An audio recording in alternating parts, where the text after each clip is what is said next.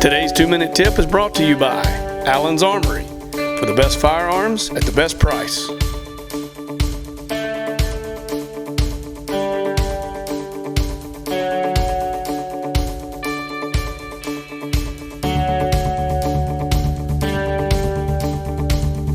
Hey, good morning, everybody. I'm Alan. I want to talk to you a little bit today about some things I see on the range. I'm a certified firearms instructor with the NRA and a company called USCCA.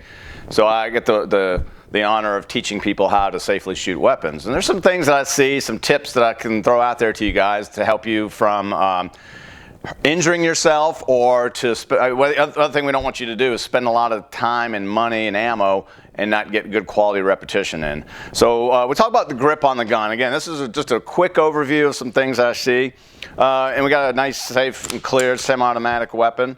Some things that I see is, for example, you want to get as high up on the back strap of the gun, because the closer you can get to the bore of the weapon, the less your gun will recoil or kick on you. So you want to get as high as possible, but you don't want to get too high, because what can happen is we call the railroad tracks. So if you go too high, and if you see where my hand is in relation to the slide, that's not good, because what will happen is the slide will work itself back, and you'll get what we call the railroad tracks right on the web of your hand. It's very painful.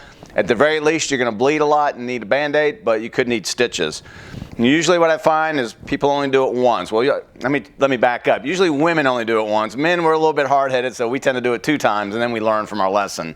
So again, you want to get as high up as you can, but not too high. Another thing I see that you have to be careful of is your finger placement, your hand placement. You want a good full grip on it. You want to have your 3 fingers and your thumb wrapped around fully on the grip, and then you want your index finger run along the slide of the frame until you're ready to shoot. A lot of people I've seen do what we call the teacup, and we're not in England, we're in the United States, right? So what they want to do is they want to come up like they're drinking tea and come up underneath the gun, if you can see what I'm doing. What we actually want to do is, if you look at all the exposed area on the grip, is we want to cover that up with our support hand or our other strong hand. We never have a weak hand. So just take your support hand and just cover up that area is what we're trying to do. And we're trying to apply some good, even, equal pressure. And we just say about 60% pressure with our support hand, 40% with our strong hand. Nobody knows what 40% is, but what I usually equate it to is a good, firm handshake. So again, make sure you're covering that area up, and watch your thumbs. We like to have our thumbs going forward and stacked, as we call, is another technique.